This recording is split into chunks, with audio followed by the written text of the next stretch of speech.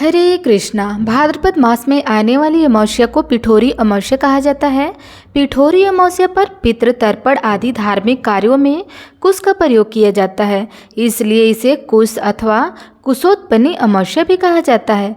तो चलिए आज की इस वीडियो में जानते हैं इस बार पिठोरी अमावस्या कौन से दिन आ रही है, इस दिन के पूजा करने के विशेष मुहूर्त कौन कौन से होंगे और इस दिन किस प्रकार की पूजा करनी चाहिए। तो दोस्तों आइए जानते हैं। पंचांग के अनुसार इस बार भाद्रपद मास की पिठोरी अमावस्या 22 अगस्त शुक्रवार के दिन आ रही है।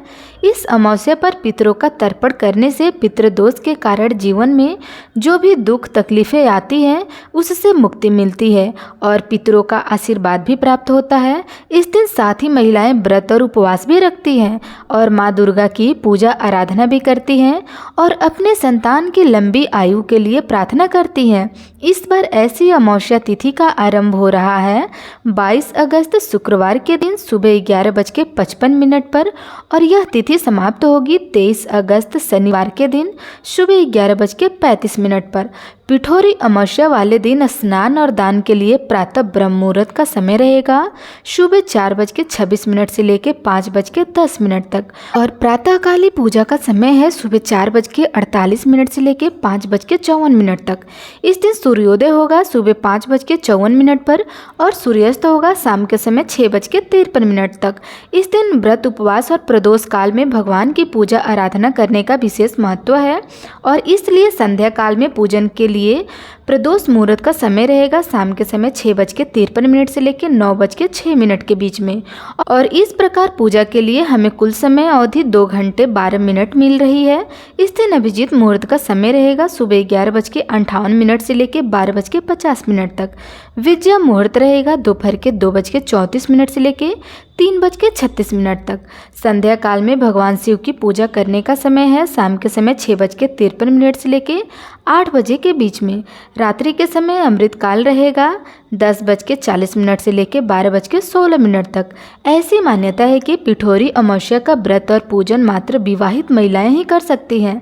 इस दिन प्रातः ब्रह्म मुहूर्त में उठकर पवित्र नदियों में या जल में स्नान करने के बाद सूर्य देवता को जल चढ़ाया जाता है। घर पर अथवा मंदिर में जाकर भगवान विष्णु तथा भगवान शिव की विधि विधान से पूजा आराधना की जाती है। अपनी क्षमता के अनुसार ब्राह्मण या किसी सुयोग्य व्यक्ति को दान दिया जाता है। गाय को चारा खिलाया जाता है और गौ माता की सेवा की जाती है। इस दिन विशेष रूप से पीपल के वृक्ष की पूजा की जाती है। इसमें हमारे तीनों देवी देवताओं जैसे ब्रह्मा जी, भगवान विष्णु जी और शिव जी विराजमान रहते हैं। हमारे शास्त्रों में कहा गया है कि अमावस्या के दिन पितृगण धरती पर आते हैं, इसलिए इस दिन पितरों के लिए तर्पण, दान, श्रद्धा, कर्म इत्यादि अवश्य करना चाहिए, जिससे पितृगण प्रसन्न हो, तृप्त हो और आशीर्वाद प्राप्त करें। कहा जाता है कि पिठोरी अमावस्या का व्रत करने से निज संतानों को भी संतान की प्राप्ति हो जाती है और जो माताएं बहनें इस व्रत को करती हैं उन्हें संतान के दीर्घ आयु और अच्छे स्वास्थ्य का आशीर्वाद भी मिलता है। इस दिन माँ दुर्गा सहित 64 देवियों की आटे से मूर्तियाँ बनाई जाती है और श्रद्धापूर्वक उनका पूजन भी किया जाता है। इस दिन उपवास रह करके पितरों के लिए किए जाने वाले श्रद्धा कर्म, तर्पण, पिंडदान, तप, जप आदि करने से शुभ फलों की प्राप्ति होती है। तो दोस्तों ये रही भाद्रपद मास की पिठोरी अमावस्या के विषय में संपूर्ण जानकारी।